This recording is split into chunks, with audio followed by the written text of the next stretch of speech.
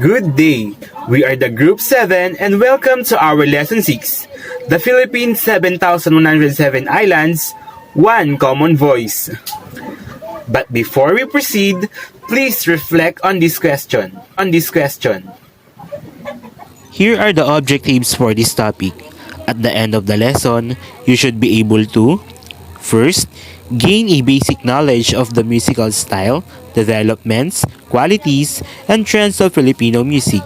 Second, listen and analyze the music selections given using specific guide questions.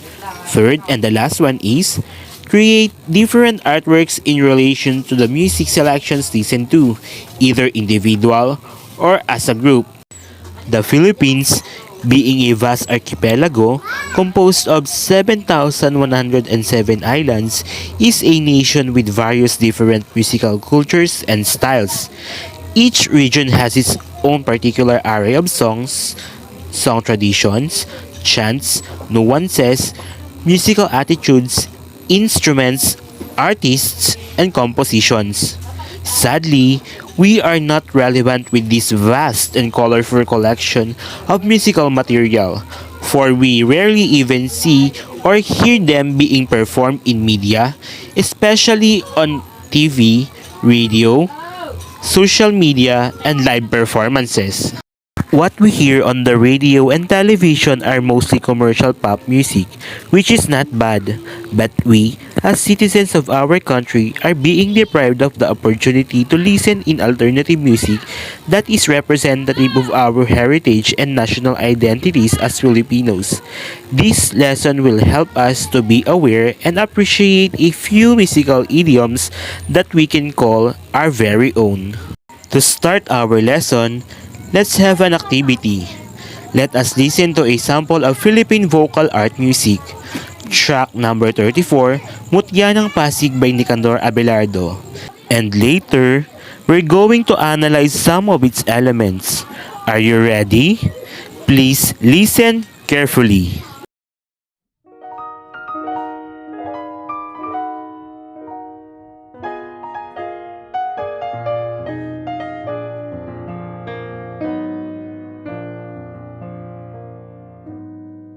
Ang gabing ang buwan sa langit ay nakadungaw.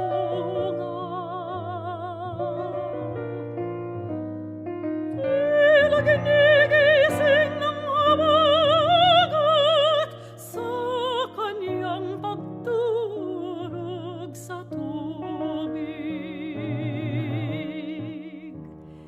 Ang isang larawang puti at busilak na lugay ang mahal ay agos. Ito ang mutya ng Pasig. Ito ang mutya ng Pasig.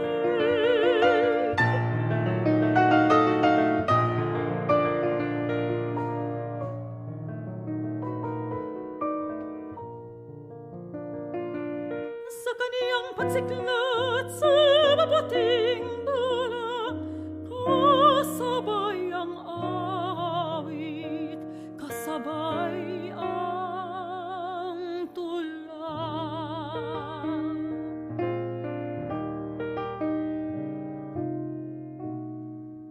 Dati akong paraluman sa kaharian ng pag-ibig, ang pag-ibig ng mamatay, naglahiling ang kaharian. Ang lakas ko'y nalipat sa puso't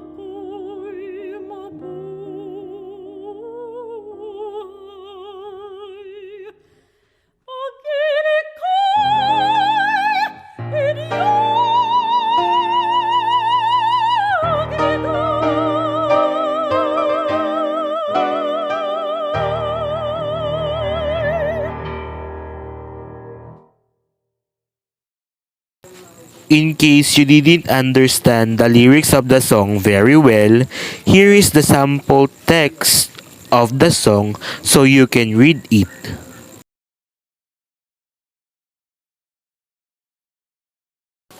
Now, let's go to the analysis of the song.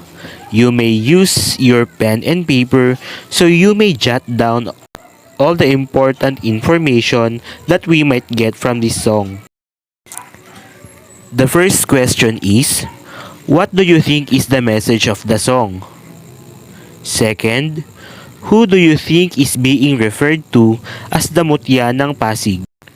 Do you think that an awareness of songs like these can help instill a sense of national pride in our identity?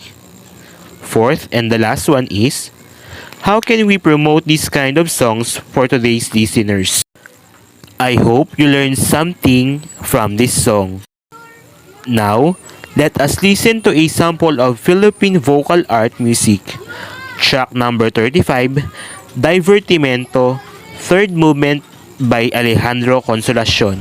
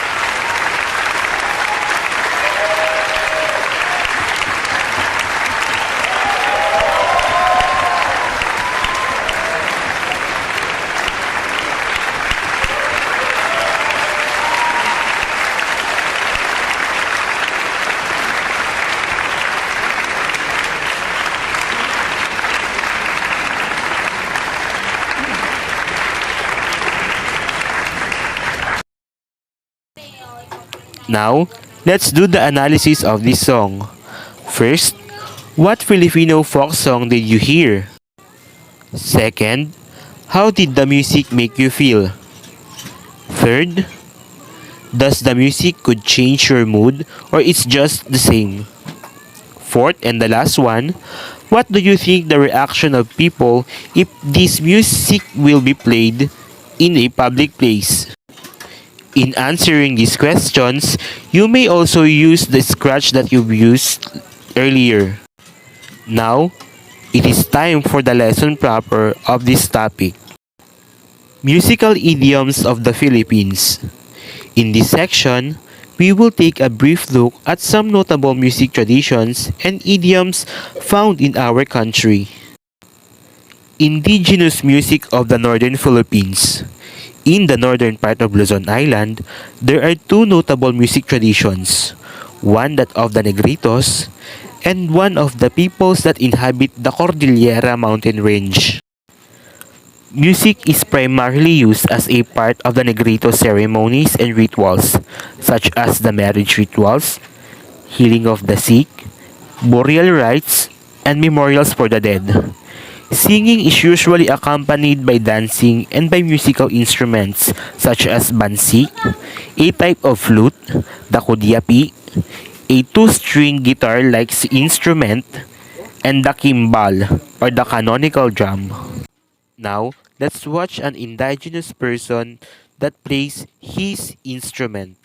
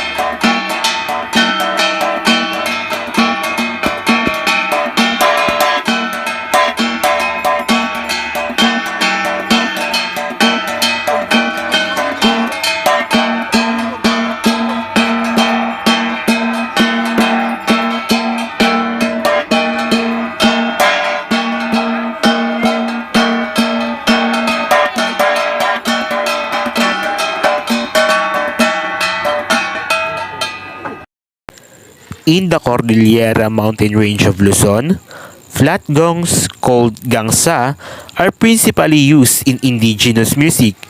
These gongs usually made from brass or bronze. These are used in occasions such as life cycle celebrations, peace pacts, and weddings. Gongs are considered to be high valuable, prestigious instruments and they may be offered as dowry for marriage, exchange or sold for animals, farmland, or other necessary commodities. Gongs may be played in two ways, either to be struck by hands or what they call topaya, or to be struck with sticks or palook.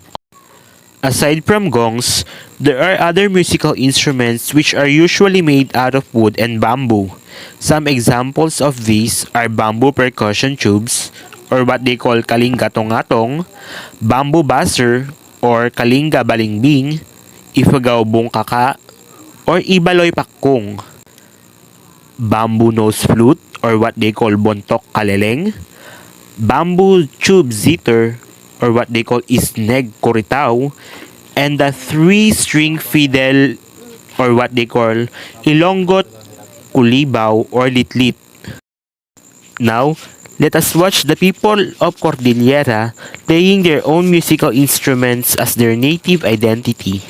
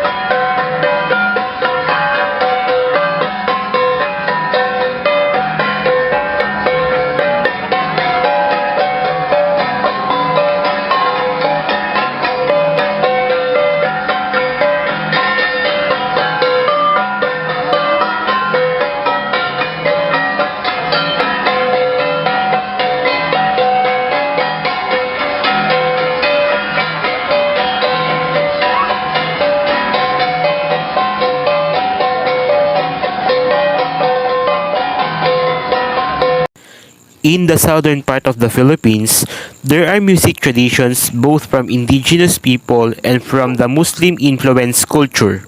Gongs are also widely used in the south, just like in the north, with one main difference. Gongs in the south are bows, or there is a protruding bulge at the center. Due to this, the sound of gongs from the south are fuller, more projected and focused compared to the sound of gongs from the north. There are gongs that are suspended, or what they call agung and gandingan, and there are those that are laid flat in a row, or what they call kolintang. These are found particularly in the Sulu archipelago and southwestern Mindanao. The kolintang gongs are usually smaller in size compared to the suspended gongs, which are heavier and are usually used as a punctuation in music. The kolintang gongs are capable in producing identifiable pitches, unlike the gongs in the north which have an indefinite pitch. Aside from gongs, other instruments found in the south are the following: the lip-baliplu, or what they call palendag, Jew sharp, or what they call kubing, xylophone or gabang, violin or bayola, and percussion beams such as kagul. Now, let us watch a short documentary video about the instrument or native instrument kubing.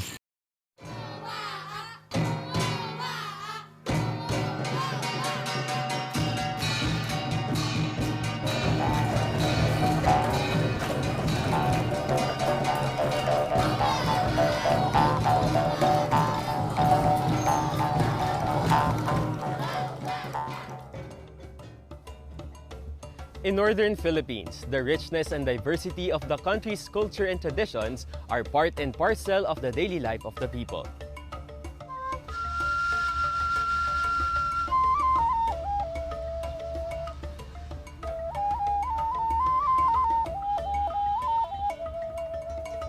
Proof of this is a retired music professor from the premier university of the Philippines.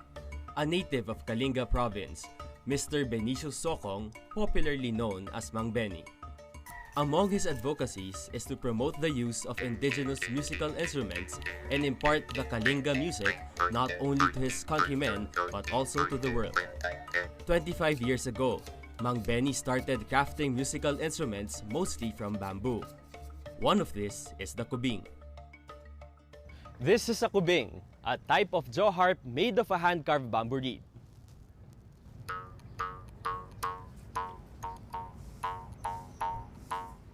Ito ang bayog, itong klase ng kawayan. At pag biniyak-biyak mo yan at nagkakaroon ng maraming strip, kumuha ka na lang mga strip ganito.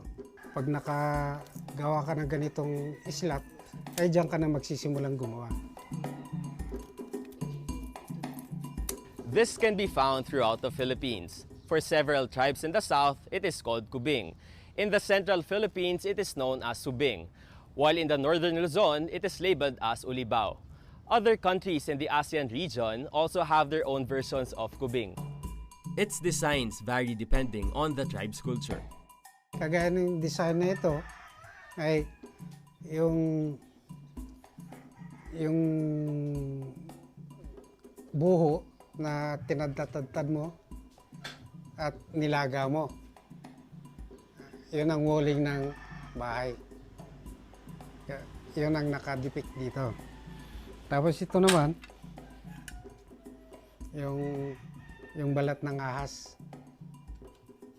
Ito naman yung mga designs sa mga tapis at saka bahag. While the kubing is called different names, one thing is common.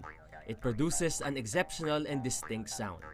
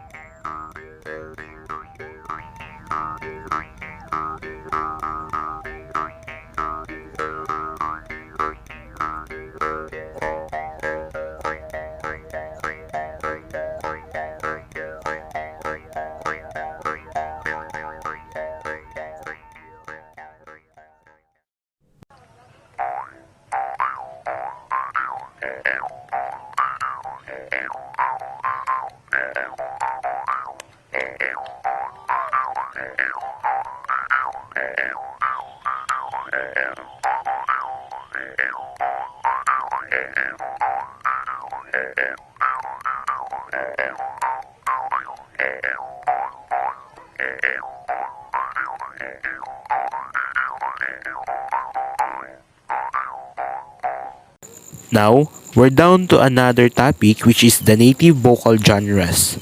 The kundiman and the kumintang are two salient vocal idioms of the Philippine art music. But first, let me ask you a question. Are you familiar with kundiman and kumintang? Kundiman. The kundiman is a type of Filipino art song that is written in triple time and usually begins in a minor key. It is referred to as the signature love song of the country. Its theme generally portrays the faithful and true, but often forlorn pleadings of a lover who knows nothing but sacrifice in behalf of his beloved. According to Raimundo Banas, 1969, there are three possible theories as to the origin of the word kundiman. These are the following. First, a contraction of the phrase kung hindi man. Second, a derivation of the verse hele-hele ng kundiman. Third, and the last one is the red cloth worn by men and male dancers in the countryside. Example of notable kundiman are Pakiusap, Madaling Araw, and Anak ng Dalita, all composed by Francisco Santiago. Other prolific writers of kundiman were Nicanor Abelardo, Santiago Suarez, Antonio Molina, Lucrecia Casilag, Felipe de Leon, and Bonifacio Abdon. Another native vocal genre of the Philippines is the kumintang. In the 1800s, historians referred to it as the national song and dance of the Philippines. The kumintang was originally a war song that inflamed combatants to action. The province usually associated to its origin is Batangas, where it developed into a song-dance form. Also written in triple time, it is a love dance performed to a sad song, usually accompanied by a guitar or a double bass. Mutya ng Pasig, which I listened to earlier, is a remarkable example of a kumintang. Now, let us talk about the performing groups of our country. There are various musical performing groups in our country. These are the few notable examples. First is the choral groups. The Philippines has very strong choral musical tradition. Here are some prominent choirs which have established both a national and international reputation. First, the Philippine Madrigal Singers. Second, the University of the Philippines Concert Chorus. And third, Lobok Children's Choir from Bohol. Second are bands. Bands which are composed of woodwinds, brass instruments, and other percussion instruments such as drums also have a significant following, especially in the provinces of Rizal, Bulacan, Batangas, Bataan, Cavite, Laguna, La Union, and Pampanga. These range of military marching bands, civilian bands, and town bands. Third is musikong bumbong. Musikang bumbong is a type of ensemble or usually in band configuration that has instruments made of bamboo. These ensembles are very few and quite unique in the sound of that they produce. Fourth are the orchestras. The Philippines has a few orchestras, and these are the following. First is the PPO or the Philippine Philharmonic Orchestra. Second is MSO or the Manila Symphonic Orchestra.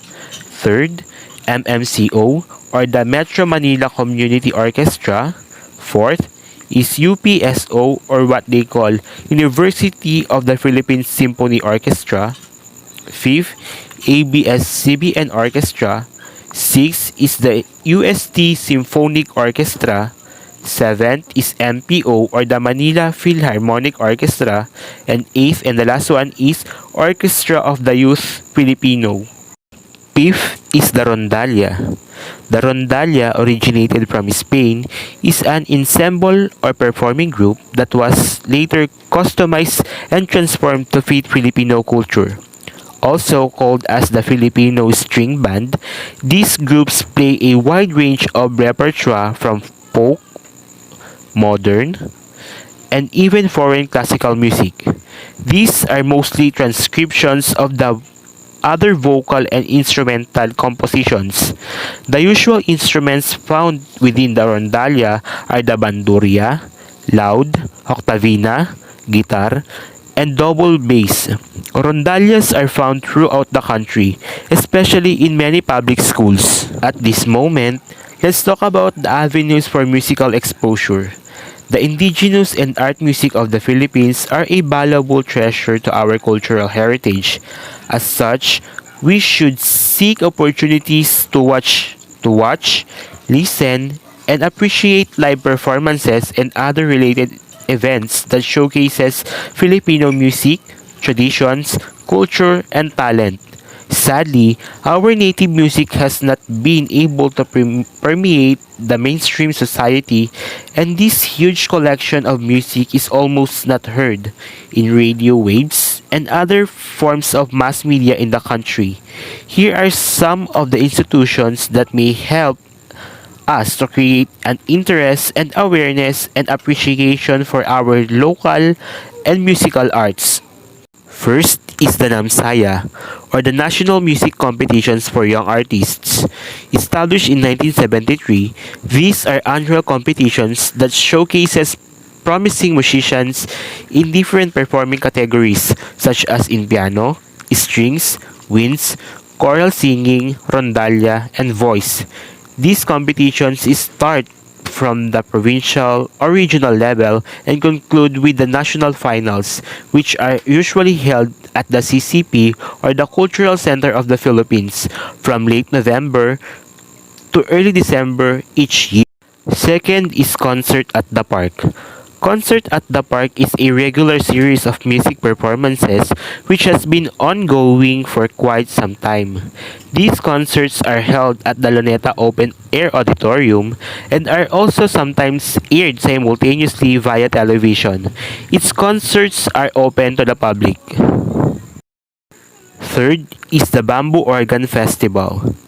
St. Joseph Parish Church in Las Piñas is home to an annual classic music festival, usually held during mid or late February. Its grand antique organ, made almost entirely of bamboo, was constructed in 1824.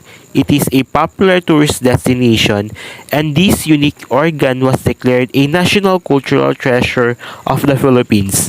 The Bamboo Organ Festival concerts are open to the public. Last one for this category are the music schools, colleges, and conservatories. These higher places of learning usually have concert halls wherein the general public may attend to witness the live musical performances, symposia, workshops, master classes, and music festivals and other music-related events. The following are some of the higher institutes for learning music in the Philippines. First is the PHSA, or the Philippine High School for Arts in Makiling, Laguna. Second is the University of the Philippines College of Music located in Diliman, Quezon City. Third is the University of Santo Tomas Conservatory of Music, which is located in Manila. Fourth is Philippine Women's University in Manila. Also, fifth is the St. Scholastica's College, also in Manila. St. Paul's College, Colegio de Santa Isabel, La Consolacion College, Centro Escolar University, also located in Manila. 10th is the University of San Agustin, located in Iloilo. 11th, and the last one is Silliman University, which can be found in Dumaguete, Negros Occidental. Now, let's watch a video that discusses about the native musical instruments of the Philippines.